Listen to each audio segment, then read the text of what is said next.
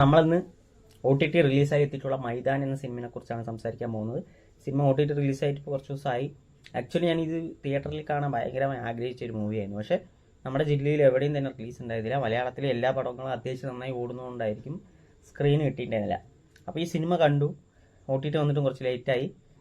ഗംഭീര സിനിമയാണ്. നമ്മൾ ഇന്ത്യൻ കോച്ചായിരുന്ന SA റഹീം പുള്ളിയുടെ ഒരു ബയോപിക് കൂടിയാണ് സിനിമ. ബയോപിക് എന്ന് പറയാൻ കഴിയില്ല, പക്ഷേ ഒരു ഫുട്ബോളിന് വേണ്ടി, ഇന്ത്യൻ ഫുട്ബോൾ ടീമിന് വേണ്ടി സ്വന്തം ജീവിതം ഒഴിഞ്ഞു വെച്ചതെന്ന് തന്നെ പറയാം. കാരണം പുള്ളിയുടെ ഒരു രക്തത്തിൽ അലിഞ്ഞു ചേർന്നിരിക്കുകയാണ് എന്നൊക്കെ പറയുന്ന പോലത്തെ അത് ഗംഭീരമായിട്ട് സിനിമയായിട്ട് വന്നിട്ട്. അപ്പം സിനിമ തുടങ്ങുന്നത് ഹെൽസിങ്കി ഒളിമ്പിക്സിലൂടെയാണ്.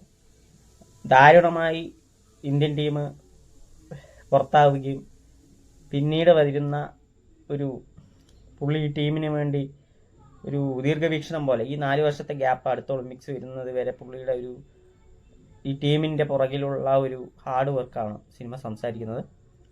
നമുക്കറിയാം 62 ഏഷ്യൻ ഗെയിംസിൽ ഗോൾഡ് മെഡൽ നേടിയത് നമ്മുടെ റഹീം എന്ന കോച്ചിൻ്റെ കീഴിലാണ്.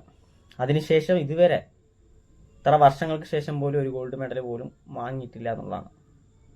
ഇതിന് പങ്കെടുക്കുന്നുണ്ടോയെന്ന് തന്നെ. അപ്പോൾ അത്തരത്തിലൊരു വ്യക്തിയെക്കുറിച്ചുള്ള ഒരു സിനിമയാണ്. പുള്ളിയുടെ പേഴ്സണൽ ലൈഫിലേക്ക് കൂടുതൽ കടക്കുന്നില്ലെങ്കിലും പുള്ളി ഇതിനു വേണ്ടി ഒഴിഞ്ഞു നിൽക്കുന്നു. എന്നാൽ പുള്ളിയുടെ ഒരു ലാസ്റ്റ് ഘട്ടം, അതായത് ലങ് ക്യാൻസർ വന്ന് എഫക്റ്റ് ആകുമ്പോഴാണ് പുള്ളി ടീമിൽ നിന്ന് പുറത്താകുന്നത് പോലും, കോച്ചിങ് എന്നുള്ള. കാരണം നമുക്ക് എപ്പോഴും സ്റ്റാറ്റിസ്റ്റിക്സ് ആണല്ലോ, ഇതുവരെ ഒന്നും ജയിച്ചിട്ടില്ല. പക്ഷേ ആ അകത്തുള്ള പൊളിറ്റിക്സും എല്ലാം തന്നെ വളരെ രീതിയിൽ നന്നായിട്ട് തന്നെ കാണിക്കുന്നുണ്ട്. 3 മണിക്കൂർ സിനിമ ഒരു തരത്തിൽ നമ്മളെ ബോറടിപ്പിക്കില്ല. വളരെയധികം ആ സിനിമയിലോട്ട് അങ്ങോട്ട് ആഴത്തിൽ ഇറങ്ങാന്നൊക്കെ പറയുന്ന പോലെയായിരുന്നു എനിക്ക് കണ്ടിരിക്കുമ്പോൾ. ഒരു തരി പോലും ലാഗ് ഫീൽ ചെയ്തില്ല. ആൻഡ് പെർഫോമൻസ് വൈസ് നോക്കുകയാണെങ്കിൽ അജയ് ദേവ്ഗൺ വാസ് ഫാന്റാസ്റ്റിക്. പുള്ളിയുടെ ഒരു പെർഫോമർ എന്ന രീതിയിൽ എനിക്ക് പുള്ളിയൊക്കെ ഈ ബോല പോലത്തെ പടങ്ങൾ, അതായത് ബോലയല്ല, അത് പേരെന്നെ എനിക്ക് ഓർക്കണില്ല, കൈദിയുടെ റീമേക്കിലൊക്കെ പോയിട്ട് ചുമ്മാ ട്രോളാൻ വേണ്ടി ഒരാൾ നിന്ന് കൊടുക്കുക. പക്ഷെ ആ പുള്ളിയുടെ ഒരു കംപ്ലീറ്റ്ലി ഔട്ട് ഓഫ് പെർഫോമർ ആയിട്ട് കാണാൻ പറ്റും. എന്തിനാ സിഗരറ്റ് വലിക്കുന്ന പോലും വളരെയധികം നമുക്ക് കാണുമ്പോൾ തന്നെ ഒരു ഇഷ്ടം തോന്നുന്ന ഒരു ക്യാരക്ടറൈസേഷൻ പുള്ളി അതിഗംഭീരമായി ചെയ്തിട്ടുണ്ട്. ആൻഡ് പിന്നെ എടുത്തു വരുന്ന നമ്മുടെ ഗജരാജ് റാവു കേട്ടോ, പുള്ളി ആ ഒരു നെഗറ്റീവ് ഷെയ്ഡുള്ള റോൾ അതിഗംഭീരമായി ചെയ്തിട്ടുണ്ട്.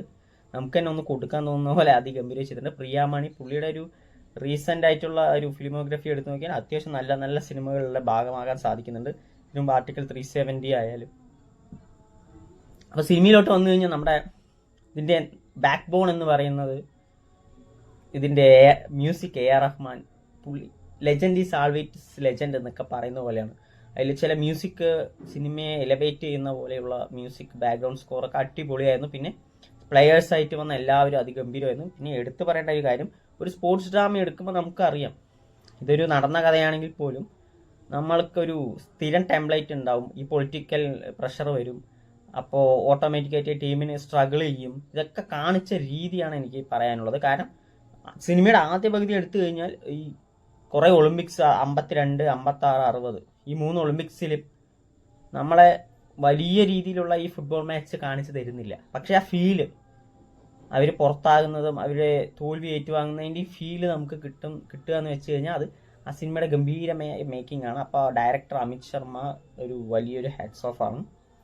അതിനുശേഷം രണ്ടാം പകുതിയിലോട്ട് കടന്ന് ഏഷ്യൻ ഗെയിംസിലെ കുറച്ച് കളികളാണ് കുറേ അധികം സമയം നമുക്ക് ഫുട്ബോൾ മാച്ചായ രീതിയിലുള്ള സീന് വെച്ചിട്ടുള്ളത്.